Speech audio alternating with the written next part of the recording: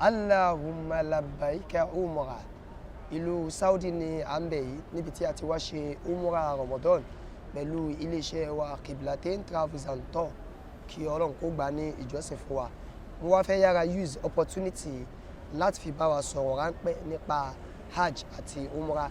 Ìyàtọ̀ wo ní ń bẹ láàrin hajj àti umrah, àti wípé tá bá rówó èwo ló yẹ ká kọ́kọ́ ṣe, èwo ni kò yẹ ká ṣe nú ẹ̀, àti wípé báwo la ṣe máa ṣe hajj àti umrah tá a dé pàdé ìyọ́nú Ọlọ́run. Àkọ́kọ́ náà alhajj faridatun min fara'idillah, ọ̀ranyàn kan nínú àwọn ọ̀ranyàn Ọlọ́run.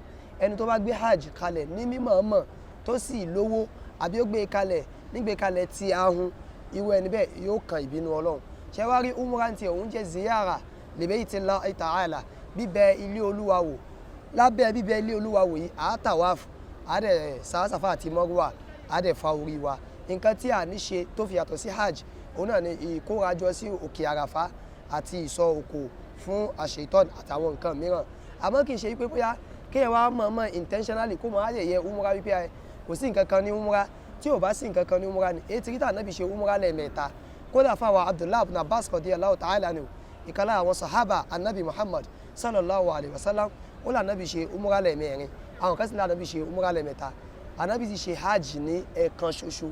Tó bá jẹ́ pé umrah pàtàkì ara ni lẹ́yìn hajj, kò yẹ kí ó ṣe nǹkan kan. Kélé kó máa jẹ́ message fún àwa olówó tá a mọ̀ léwe pé kí ni mo fẹ́ wá lọ sí umrah, tí n bá rówó gan kàkà bẹ́ẹ̀ máa yá lọ hajj. Ẹlòmíràn wá rè tó bá lọ umrah yóò wá fi máa yẹpẹrẹ hajj wípé mo ti lọ umrah, kò sí nǹkan kan tí fẹ́ mú ní hajj mọ́. Kódà ẹlòmíràn ó kan yín wálé láníyàn wípé ó ti tán nìyẹn, kò tán síbẹ̀ o.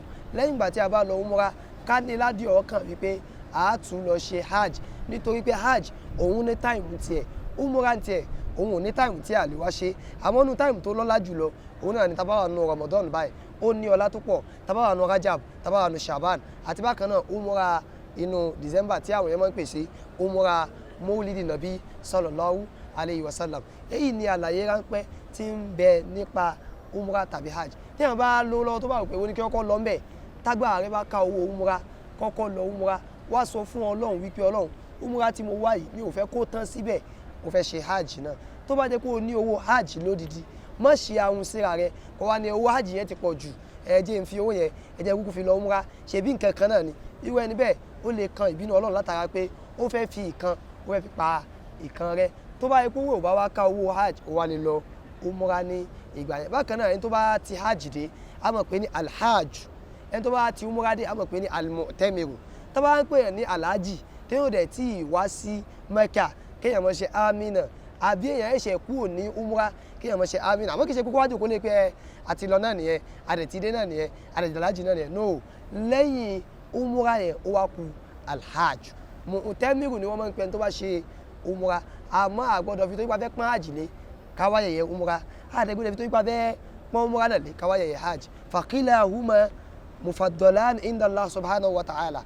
Àwọn méjèèjì yìí Ọlọ́run bá gbé ọlá fún wọn lọ́dọ̀ rẹ̀, alhajj wal umrah. À ń bẹ Ọlọ́run bá ta'ala kó má ṣe umrah ilé ní àlọ́mọ àṣemọ fún wa, kó jẹ́ kí a ṣe ọ̀pọ̀lọpọ̀ ẹ̀ láyé. Iléeṣẹ́ wa Qiblatain Travels and Tour, Ọlọ́run má jẹ́ kí iléeṣẹ́ náà bàjẹ́. Fún àwọn tá fẹ́ rìn àjò hajj àbí umrah, ẹ kàn sí wa ní iléeṣẹ́ Qiblatain. Fẹ́ni tó ti lọ tó fẹ́ tún lọ, Ọlọ́run ó ṣe rọrùn fún wa. Fẹ́ni tí ò tí ì lọ rárá, Ọlọ́run ó ṣe rọrùn fún wa. Iléeṣẹ́ wa My Latest Naija, Ọlọ́run má gbàdúrà yín náà. Subhana rabbika rabbil izzati amma yasifun, wassalam ala al-mursalin, walhamdulillahi rabbil alamin.